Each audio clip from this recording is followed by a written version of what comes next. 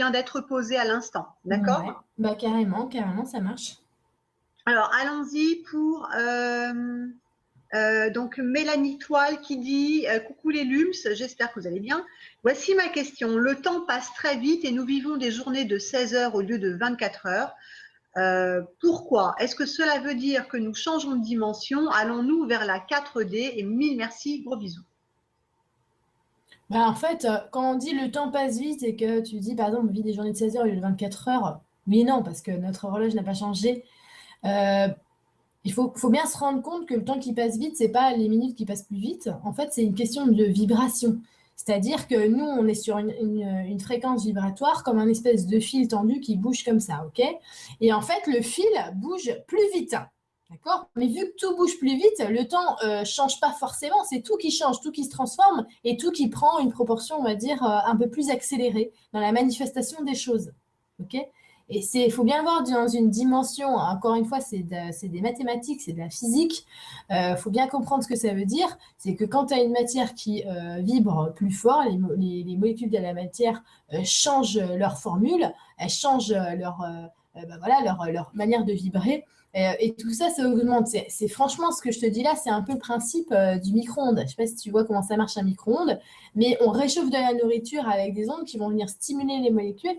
Et puis du coup, vu que ça va augmenter leur vibration, ça va réchauffer l'aliment. Et c'est pour ça qu'on dit qu'il faut faire attention, parce que du coup, ça change en fait le positionnement des molécules de la bouffe que tu es en train de faire réchauffer.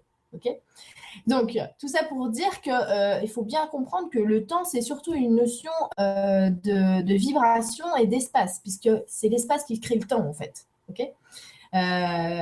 Tu vois, Einstein, il disait que le temps, c'est une hallucination qui persiste. D'accord?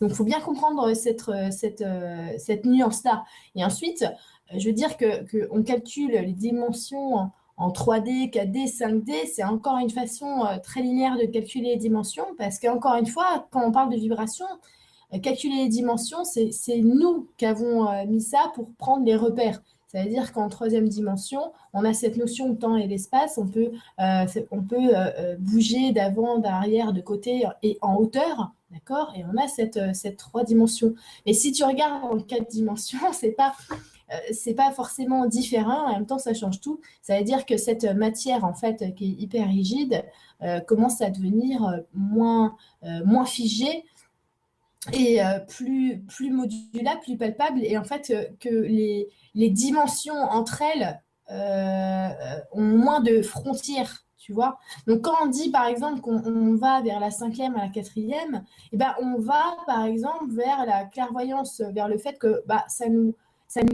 comment dire, ça nous choquera pas de voir les couleurs d'aura autour de chaque objet, autour de chaque plante. Ça ne dérangera aucun individu parce qu'en fait, il sera sur la même fréquence. Ses yeux physiques, qui d'habitude étaient sur une fréquence en dessous, seront sur cette même fréquence de manifestation.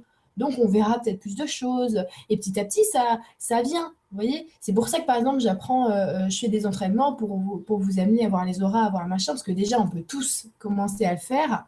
Et puis petit à petit, quand on évolue, on augmente notre champ de fréquence et on le voit.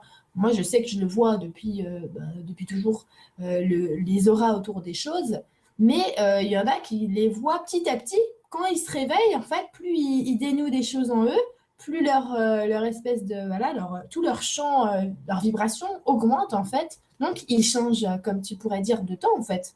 Ils changent d'espace temporel. Et puis ensuite, bah, voilà, ils sont dans une fréquence où ils peuvent voir. Et j'ai regardé d'ailleurs euh, sur le groupe On s'entraîne avec Lulu, il y en a qui parlaient de ces expériences de voir et tout ça, qu'ils disaient que ça marchait mieux, par exemple, après une méditation ou voilà, quelque chose comme ça. Évidemment, une fois qu'on a monté en vibration son corps, c'est plus facile de percevoir justement quelque chose qui est sur la même fréquence. Donc voilà, faire attention en disant ouais, on va tous aller en cinquième. Non, c'est bon, c'est pas comme ça que ça se passe. C'est vraiment, il faut revenir à la physique et éviter de penser qu'on change Parce que souvent, on entend changement de paradigme, changement de machin, et on a l'impression qu'on va rentrer dans quelque chose tout à coup. Or, c'est que de la physique, tout ça, c'est une agitation moléculaire, et puis voilà.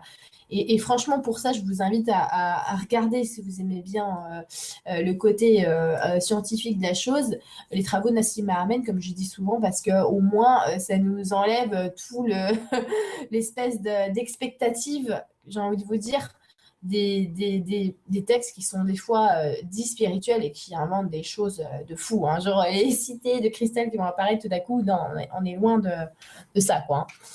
Hein. Ok.